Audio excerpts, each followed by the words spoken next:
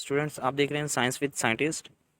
Science with scientist के साथ आज हम डिस्कस करते हैं स्टूडेंट्स। आज का हमारा टॉपिक है गैसेस वाले चैप्टर में से कि हम काइनेटिक इक्वेशन जो है हमारे पास, काइनेटिक मॉलिक्यूलर थ्योरी की इक्वेशन को यूज़ करते हुए हम किस तरह से गैस लॉज को डिराइव करेंगे। ठीक है, गैस लॉज के लिए हम काइनेटिक मॉलिक्यूलर इक्वेशन को यूज़ करेंगे। ठीक है, तो हम स्टार्ट करते हैं अपना आज का टॉपिक।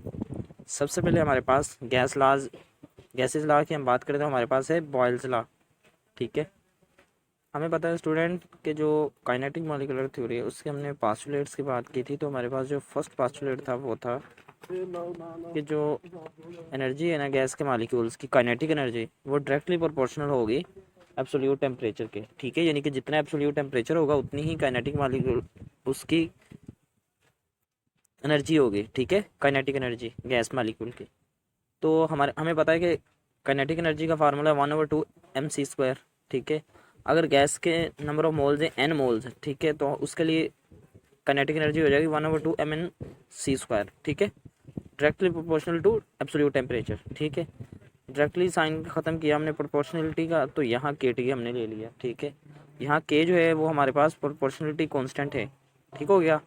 अगर हमें पता है स्टूडेंट काइनेटिक इक्वेशन जो है गैसेस की वो थी P V is equal to 1/3 mnc²। ठीक है, उस इक्वेशन को हमने ये इक्वेशन जैसा बनाने के लिए इस इक्वेशन को हमने दोनों तरफ 2 से डिवाइड भी करना और मल्टीप्लाई भी।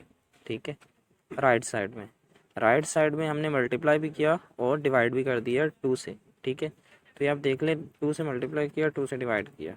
ठीक है, तो जब हमने 2 से मल्टीप्लाई किया और 2 से डिवाइड किया तो हमारे पास ये इक्वेशन आ गई P V is equal to 2/3 1/2 mnc²। ठीक है, तो जब ये इक्वेशन आ गई हमारे पास तो हमने स्टूडेंट नेक्स्ट ये किया कि ये 1/2 mnc² की जो वैल्यू थी हमारे पास, ये देखें के टी के इक्वल था। ठीक है, के टी की वैल्यू हमने यहाँ पुट कर दी, तो हमारे पास जो P V is equal to आ गया 2/3 kT।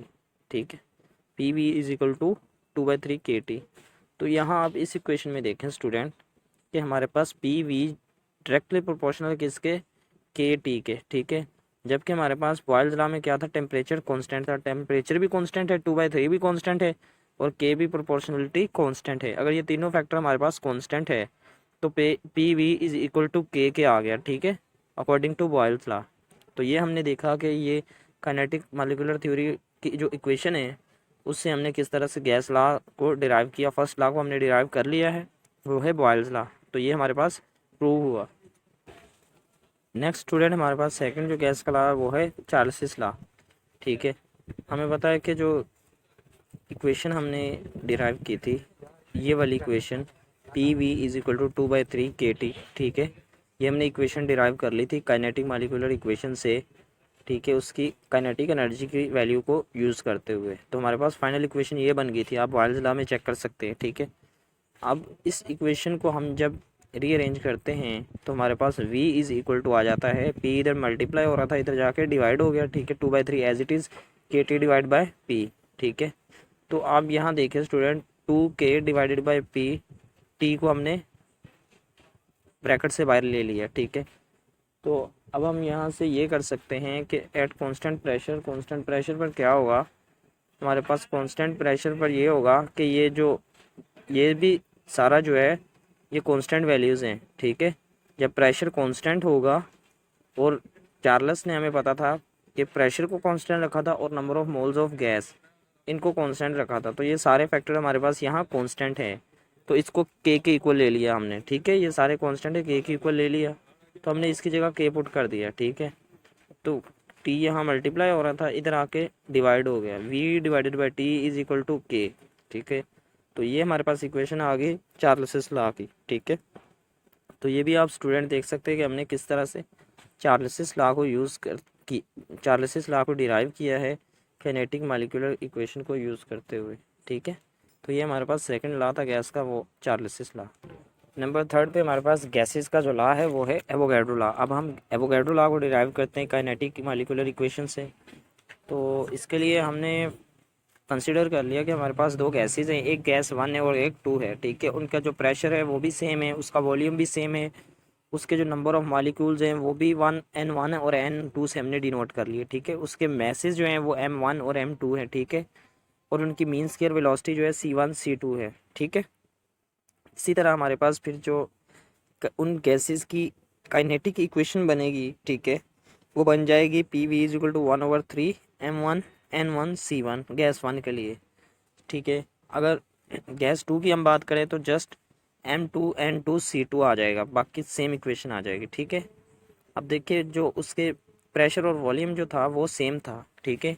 अब हम इन दो इक्वेशंस को इक्वेट कर सकते हैं दोनों गैसेस के लिए, गैस 1 के लिए और गैस 2 के लिए जो इक्वेशन थी इसको इक्वेट किया।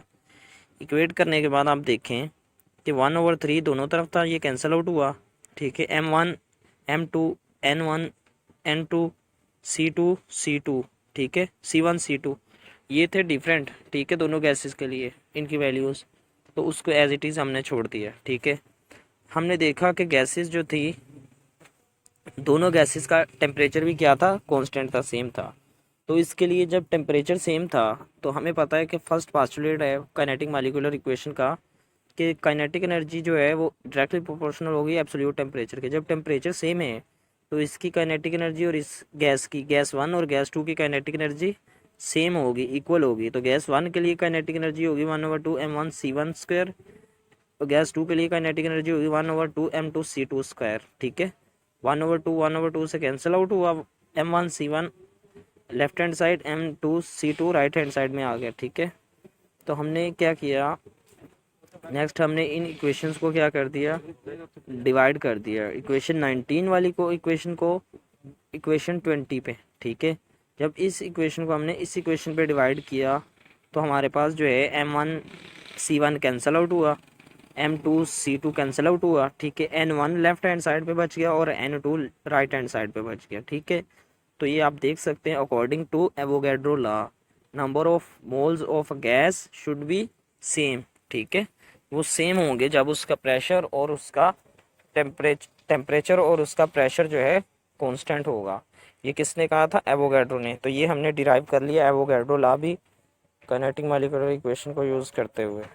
जी स्टूडेंट, तो ये देख सकते हैं आप कि हमने गैसेस के तीनों लॉज को डिराइव कर लिया काइनेटिक मॉलिक्यूलर इक्वेशन को यूज़ करते हुए, ठीक है। तो नेक्स्ट क्लास में हम बात करेंगे जो फोर्थ गैसेस का लॉ है, ग्राहम लॉ ऑफ डिफ्यूजन, उसको हम किस तरह से काइनेटिक मॉलिक्यूलर इक्वेशन को यूज़ करते हुए डिराइव करेंगे।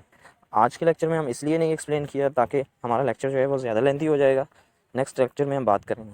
आज तक के लिए इतने काफ़ी, अपना बहुत सारा ख्याल रखिएगा। अल्लाह हाफिज़।